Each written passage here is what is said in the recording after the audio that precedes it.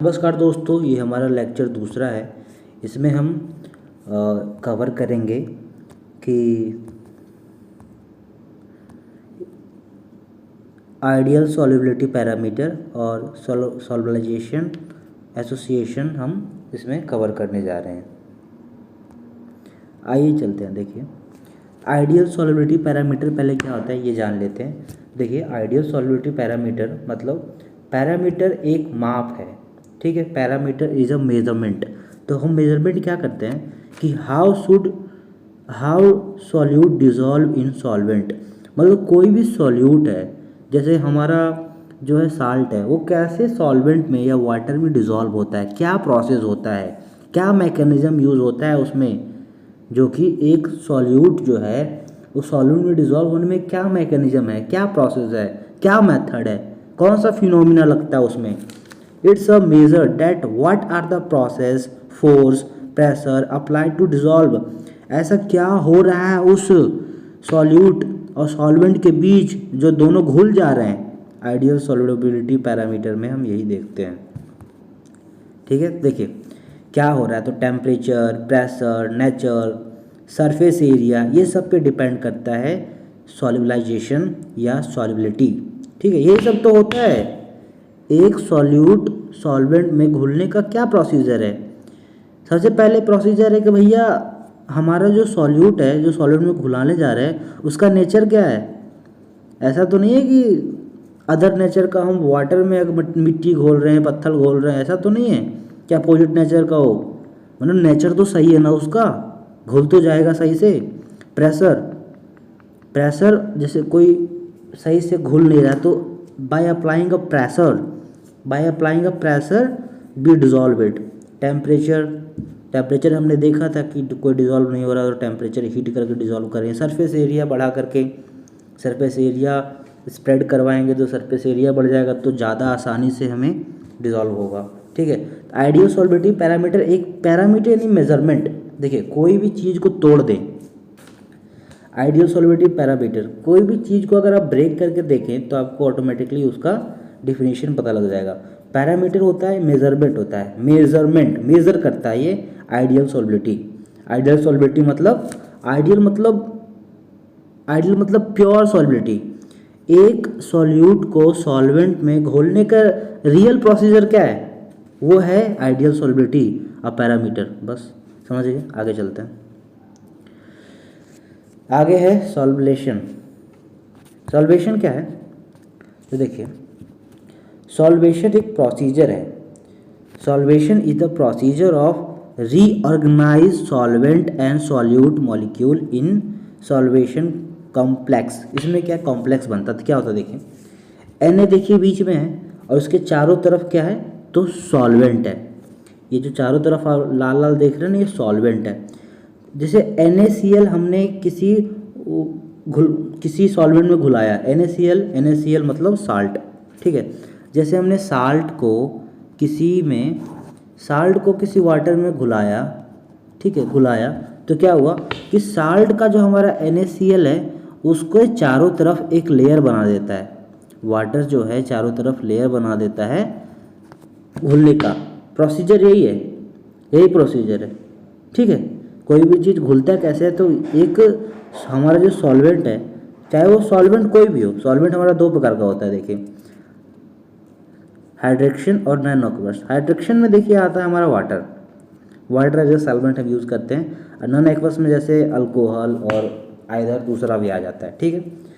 तो उसके चारों तरफ, सॉल्यूट के चारों तरफ एक लेयर बना देता है, कोटिंग कर देता है उसे, ठीक है, कोटेड कर देता है। इसे कहते हैं सॉल्वेशन। डन, आगे चलते हैं। एसोसिएशन ऑफ सॉल्वेशन क्या होता है। एसोसिएशन ऑफ सॉल्वेशन, चलिए आते हैं। एसोसिएशन ऑफ सॉल्वेशन जानते हैं। एसोसिएशन का मतलब होता है संगति। सॉल्वेशन का संगति कैसा है या कितने प्रकार के सॉल्वेशन होते हैं, ठीक, आइए जानते हैं।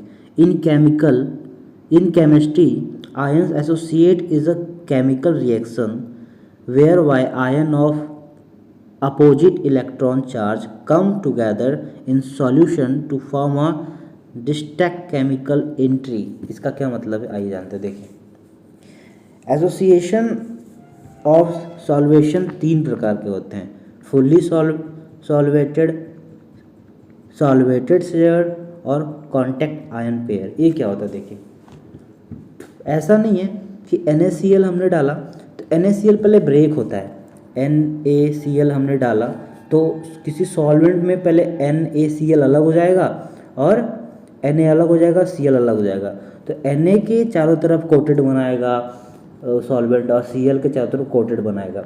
लेकिन ये भी तो हो सकता है कि कोई स्ट्रॉन्ग मतलब सॉल्यूट हो, है ना, जो कि अपना एलिमेंट को, अपने इलेक्ट्रॉन को वो त्याग ना दे, है ना, छोड़े ही ना, ऐसा भी तो हो सकता है। तो वही इसका प्रकार है, इसमें हम प्रकार जानते हैं उसी चीज़ के बारे में कि ऐसा कौन सा चीज़ है जो छोड़ने से रोकता है उसे।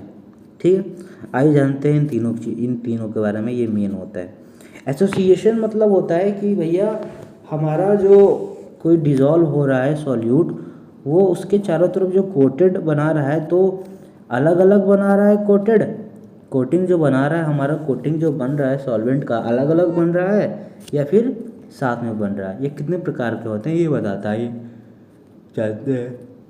देखिए फुल्ली सॉल्वेटेड क्या है? फुल्ली सॉल्वेटेड देखिए, जैसे हमारा NaCl हो गया तो Na अलग होता है और Cl अलग होता है। NaCl अलग अलग होता है तो Na सोडियम होता है तो अलग कोटेड हो जाता है किसी वाटर या सॉल्वेंट से, और Cl अलग कोटेड होता है। दोनों साथ में कोटेड नहीं होते हैं, दोनों अलग अलग इलेक्ट्रॉन चार्ज अलग अलग कोटेड होते हैं। ठीक है, फुल्ली में अलग अलग होते हैं दोनों। सॉल्वेंट शेयर में क्या होता है? तो सॉल्वेंट शेयर में देखिए, सॉल्वेंट शेयर में जो हमारा NaCl है या कोई और सब्सटेंस है, ये एक दूसरे से मिलता नहीं है, एक दूसरे से एटम जो है वो मिलते नहीं हैं, इलेक्ट्रॉन चार्ज मिलते नहीं है, लेकिन दोनों कंपाउंड, दोनों सब्सटेंस पे एक ही कोटेड होता है, एक मिला करके कोटेड बनाया जाता है, लेकिन दोनों मिलते नहीं है इसमें।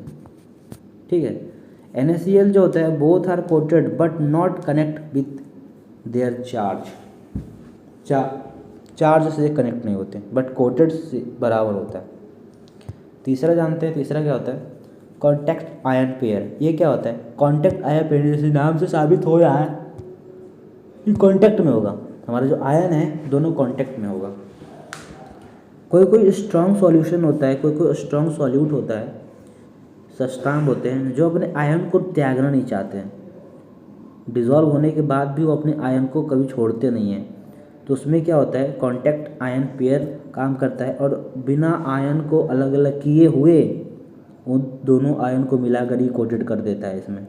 ठीक है, NaCl तो बहुत बेसिक है, ये तो अलग अलग हो जाता है, अपना आयन अलग अलग कर देता है कि कहीं भी जिसे डिज़ोल्व करते हैं, लेकिन अलग अलग सब्सटेंसेस होते हैं जो कि बहुत स्ट्रांग होते हैं, वो अलग नहीं हो पाते हैं।